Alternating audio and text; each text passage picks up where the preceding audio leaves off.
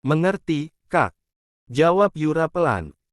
Sore ini kakak sudah harus kembali ke kota karena baru saja Alea mengabari jika Axel sedang sakit dan terus memanggil nama kakak. Ucap Aidan. Axel sakit. Wajah Yura berubah cemas mendengar keadaan keponakannya. Aidan mengangguk membenarkan. Kau tahu bukan jika Axel sakit maka Axela juga terkena imbasnya? Tanya Aidan. Yura mengangguk. Tapi apa tidak bahaya jika kakak berada di jalan pada malam hari? Yura teringat dengan cerita Ray tentang binatang buas yang akan keluar pada saat tengah malam tiba. Aidan terdiam beberapa saat sebelum menjawab pertanyaan Yura. Tidak masalah, karena kakak akan sampai di kota sebelum tengah malam. Jawabnya dengan tatapan yang sulit diartikan oleh Yura namun dapat dimengerti oleh Ray. Beberapa jam kemudian, Aidan pun berpamitan untuk kembali ke kota pada Yura dan Ray. Tak lupa Aidan memberikan pesan pada Ray untuk menjaga Yura dengan baik dan untuk Yura agar bisa bersikap baik pada Ray layaknya seorang istri. Ray dan Yura mengangguk mengiyakan ucapan Aidan dan mengantarkan kepulangan Aidan sampai di depan teras rumah. Kakak menunggu kepulanganmu di rumah. Ucap Aidan lalu mengecup kening Yura sebelum masuk ke dalam mobil. Yura menganggukkan kepalanya pada Aidan dengan mata berkaca-kaca. Hatinya sungguh merasa berat melepaskan kepergian Aidan karena saat ini ia sangat membutuhkan kehadiran kakaknya untuk melewati hari beratnya setelah menikah dengan Ray. Aidan pun segera masuk ke dalam mobil setelah sebelumnya melayangkan tatapan datarnya pada Ray. Kakak, lirih Yura saat mobil yang dikendarai sopir Aidan melaju meninggalkan rumah penginapan mereka. Yura menatap kepergian Aidan dengan tatapan tak rela. Ia masih ingin Aidan berada di dekatnya dan memeluk tubuh kakak kembarnya untuk menyalurkan kesedihannya saat ini. Namun ia juga tidak bisa egois menahan Aidan tetap berada di desa mengingat keponakan kembarnya tengah sakit saat ini dan membutuhkan kehadiran Aidan sebagai ayahnya. Ayo masuk. Ajak Ray pada Yura setelah bayangan mobil Aidan lenyap dari pandangannya. Yura hanya diam dan membiarkan Ray masuk lebih dulu ke dalam rumah. Jemarinya mengusap pipinya yang sudah basah oleh air mata. Kenapa ini semua terjadi kepadaku? Gumam Yura dengan kepala tertunduk. Menyadari posisinya yang sedang berada di luar rumah dan warga desa mulai berlalu lalang di depan rumah, membuat Yura segera membalikkan tubuhnya dan segera melangkah masuk ke dalam rumah. Di ruang tengah rumah, Ray nampak berdiri diam menatap Yura yang sedang melangkah mendekat ke arahnya. Yura pun menghentikan langkahnya saat sudah berada dekat dengan Ray. Ayo makan. Kau belum menyentuh makananmu sama sekali. Titah Ray pada Yura. Yura menggelengkan kepalanya. Ia sama sekali tidak berselera untuk makan setelah apa yang menimpanya dan Ray. Apa kau mudah melupakan begitu saja nasihat kakakmu padamu? Ketus Ray. Yura mengangkat kepalanya yang tertunduk. Aku mengingatnya. Tapi aku sedang tidak berselera untuk makan. Jawab Yura pelan dan menatap Ray dengan sendu. Makanlah. Ini adalah perintah dari suamimu. Tekan Ray. Yura tertegun mendengar kata suami yang keluar dari mulut Ray. Sesaat kemudian ia pun mengangguk mengiyakan ucapan Ray. Ia melangkah melewati tubuh Ray dan berjalan ke arah dapur untuk mengambil makanannya yang masih berada di atas meja makan. Setelahnya ia kembali ke ruang tengah untuk memakan makanannya di sana. Di ruang tengah, Ray nampak sudah duduk di atas karpet menunggu kedatangannya. Aku akan memastikan kau memakan makananmu sampai habis. Ucap Ray datar. Yura diam dan duduk di atas karpet. Ia meletakkan makanannya di atas meja lalu membukanya. Walau tidak berselera untuk makan, Yura tetap memaksa memasukkan seluruh makanan ke dalam mulutnya. Ray pun terus memperhatikan Yura memakan makanannya hingga habis tak tersisa sambil memainkan ponsel di tangannya. Aku ke kamar dulu.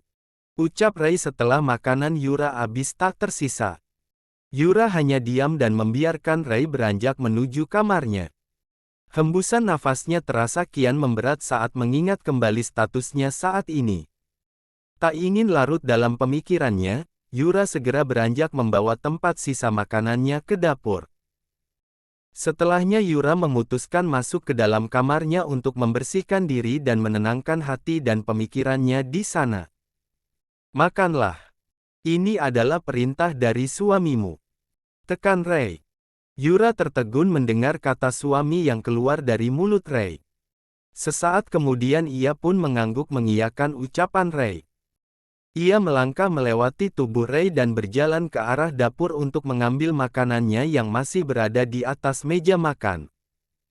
Setelahnya ia kembali ke ruang tengah untuk memakan makanannya di sana. Di ruang tengah, Ray nampak sudah duduk di atas karpet menunggu kedatangannya. Aku akan memastikan kau memakan makananmu sampai habis. Ucap Ray datar.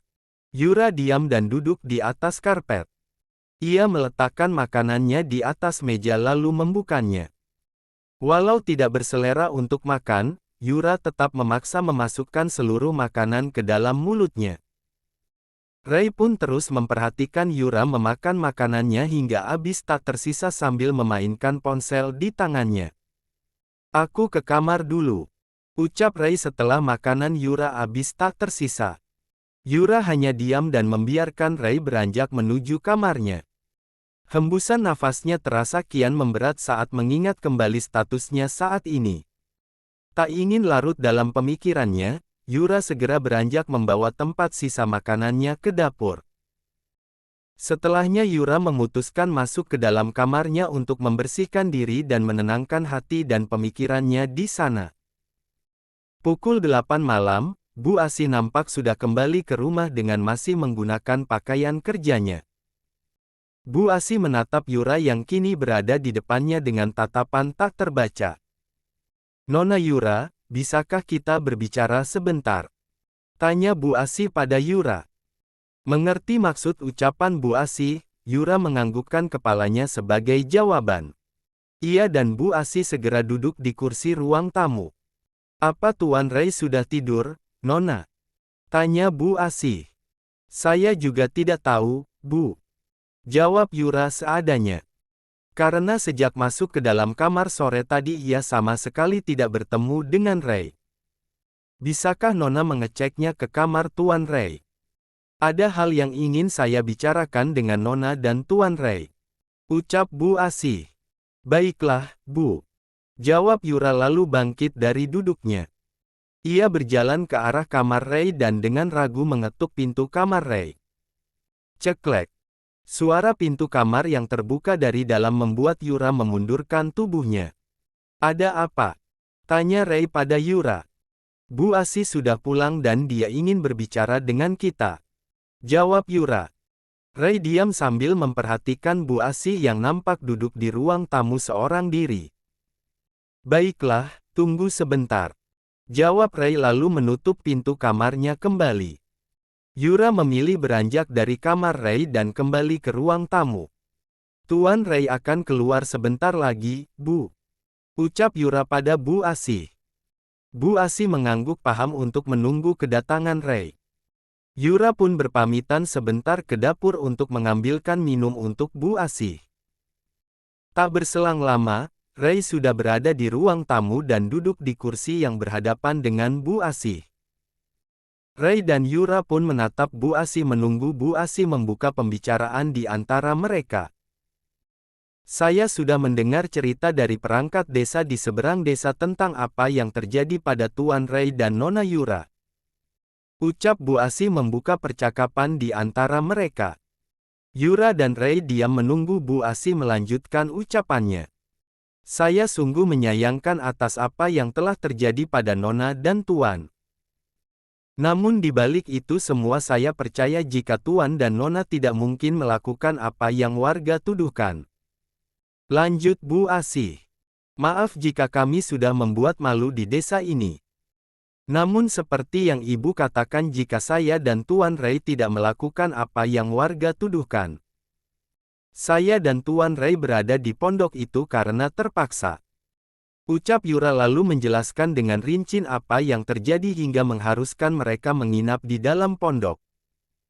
Yura pun meneteskan air matanya karena merasa sesak mengingat apa yang terjadi beberapa jam yang lalu pada mereka. Bu Asi terdiam menatap Yura yang sedang menangis dengan tatapan iba. Sebagai wanita ia dapat merasakan kesedihan Yura saat ini. Namun ia tidak dapat berbuat apa-apa karena semuanya telah terjadi. Yura dan Rei sudah menikah dan itu semua tidak bisa dihindarkan lagi. Sebagai warga yang pernah tinggal di desa Nona, Yura pasti paham jika apa yang dilakukan warga di sana untuk menjunjung tinggi harkat dan martabat desa mereka. Nona dan Tuan Rei mungkin bisa saja menolak apa yang diperintahkan oleh warga.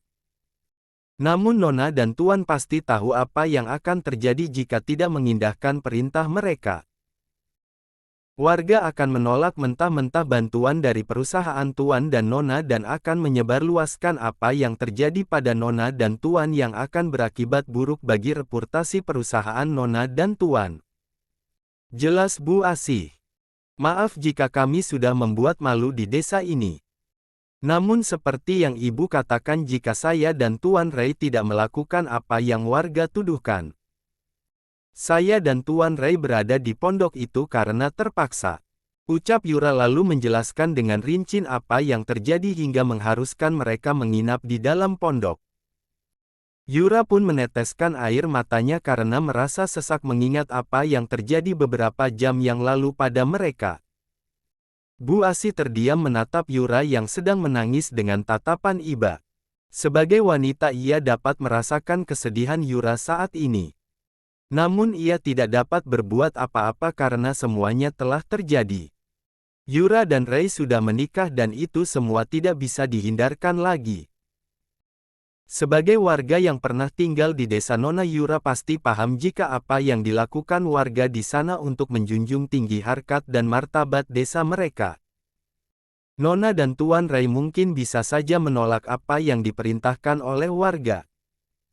Namun Nona dan Tuan pasti tahu apa yang akan terjadi jika tidak mengindahkan perintah mereka. Warga akan menolak mentah-mentah bantuan dari perusahaan Tuan dan Nona dan akan menyebarluaskan apa yang terjadi pada Nona dan Tuan yang akan berakibat buruk bagi reputasi perusahaan Nona dan Tuan. Jelas Bu Asi. Yura membenarkan ucapan Bu Asi. Ia tidak menyangkal karena sewaktu tinggal di desa dulu ia sudah mulai paham adat dan istiadat warga desa yang sangat kental dan sangat berbeda jauh dengan kehidupan di kota. Saya dapat memahami itu semua. Saya harap Ibu dan warga desa di sini masih bersedia menerima bantuan dari perusahaan kami. Ucap Yura. Tentu saja. Kami tidak akan menyia-nyiakan bantuan dari perusahaan Tuan dan Nona. Sejak dulu perusahaan Tuan dan Nona sudah banyak membantu kemajuan desa kami dan kami sangat tahu bagaimana keluarga Tuan dan Nona. Sebagai perwakilan desa ini, saya menegaskan jika warga di sini tidak akan terprovokasi dengan berita yang kami dapatkan. Kami tetap percaya pada Tuan dan Nona jika apa yang terjadi tidak sesuai dengan fakta yang sebenarnya. Ucap Bu Asi. Kedua mata Yura nampak berkaca-kaca mendengar ucapan Bu Asi. Seandainya warga di seberang desa dapat percaya padanya dan Rei, pasti semua ini tidak akan terjadi. Namun nasi sudah menjadi bubur.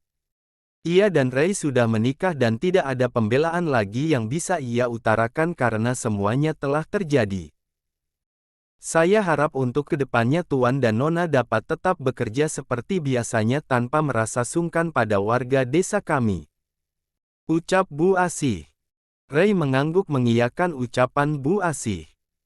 Entah mengapa sejak tadi ia lebih banyak memilih diam seolah ada sesuatu yang kini tengah dipendamnya. Kami akan tetap profesional dalam bekerja, Bu. Terima kasih atas kepercayaan Ibu kepada kami. Ucap Yura. Bu Asi mengangguk mengiyakan. Setelah cukup lama berbincang, Bu Asi pun menutup pembicaraan di antara mereka.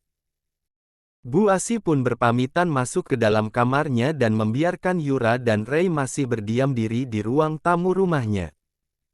Apa kau masih mau tetap di sini? Tanya Ray yang hendak bangkit dari duduknya. Yura menggelengkan kepalanya. Aku akan masuk ke dalam kamar, ucap Yura. Ray tak membalas ucapan Yura dan melanjutkan niatnya bangkit dan melangkah ke arah kamarnya. Yura pun turut bangkit dan mengikuti Ray masuk ke dalam kamarnya sendiri. Setelah masuk ke dalam kamarnya, Ray menatap ponselnya yang bergetar di atas meja lalu berjalan mendekat ke arah meja. Ia menyambar ponselnya yang tergeletak di atas meja lalu membuka pesan baru masuk ke dalam ponselnya. Malik. Gumam Ray membaca nama pengirim pesan. Ray membaca pesan yang Malik kirimkan kepadanya dan menghembuskan nafas kasar di udara. Ia meletakkan kembali ponselnya di atas meja lalu menjatuhkan tubuhnya di atas ranjang. Pandangannya kini tertuju pada langit-langit kamar sambil memikirkan kejadian yang terjadi beberapa jam yang lalu. Tidak ada sedikit pun ekspresi yang nampak dari wajah Ray saat mengingat pernikahan dadakannya dengan Yura. Wajah pria itu tetap saja datar dan sulit untuk dibaca. Sementara di dalam kamar Yura, wanita itu kini terlihat menutup wajahnya dengan kedua telapak tangannya. Entah apa yang akan terjadi di hidupnya ke depannya setelah tadi ia resmi menjadi istri Ray. Ia sungguh tidak menyangka perjalanan pekerjaannya dan Ray akan menjadi awal hubungan baru di hidup mereka. Hubungan yang tidak pernah ia bayangkan lagi setelah memutuskan melupakan Ray di hidupnya. Tuhan, kenapa di saat aku berusaha keras untuk melupakannya dan sudah menghilangkan bayang-bayangnya dari benakku, Engkau justru mendekatkannya ke dalam hidupku. Gumam Yura.